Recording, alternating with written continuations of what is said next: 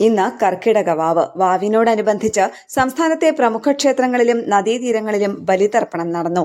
പിതൃക്കളുടെ ആത്മശാന്തിക്കായി പുലർച്ചെ മുതൽ 10,000-കണക്കിന് വിശ്വാസികളാണ് വിവിധ ബലിതർപ്പണ കേന്ദ്രങ്ങളിൽ എത്തിച്ചേർന്നത്.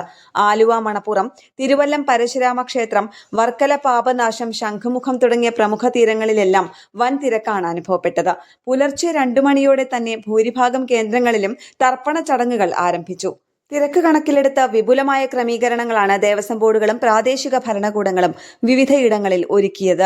സുരക്ഷ ഉറപ്പാക്കുന്നതിനായി പോലീസ്, ഫയർഫോഴ്സ്, ദുരന്ത നിവാരണ സേന, ലൈഫ് ഗാർഡുകൾ എന്നിവരെ പ്രധാന കടവുകളിലെല്ലാം വിന്യസിച്ചിരുന്നു. ചിലയിടങ്ങളിൽ നദിയിലെ ഒഴുക്കും ജലനിരപ്പും കണക്കിലെടുത്ത് പ്രത്യേക സുരക്ഷാ കയറുകളും കെട്ടിയാണ് തർപ്പണത്തിന് സൗകര്യമൊരുക്കിയത്. കൂടാതെ ആരോഗ്യവകുപ്പിന്റെ നേതൃത്വത്തിലും മെഡിക്കൽ ടീമും ആംബുലൻസ് സൗകര്യങ്ങളും സജ്ജമാക്കിയിരുന്നു. പത്തനംതിട്ടയിലെ ആറന്മുള, ചെങ്ങന്നൂർ മഹാദേവ ക്ഷേത്രക്കടവ്, തിരുനെല്ലി, തിരുനാവായ തുടങ്ങി വിവിധയിടങ്ങളിൽ വലിയ ജനപങ്കാളിത്തമുണ്ടായി. ബലിതർപ്പണ ചടങ്ങുകൾക്കായി എത്തുന്നവർക്കായി KSRTC പ്രത്യേക സർവീസുകളും നടത്തിയിരുന്നു. ന്യൂസ് ഡെസ്ക്, കേരള പ്രണാമം.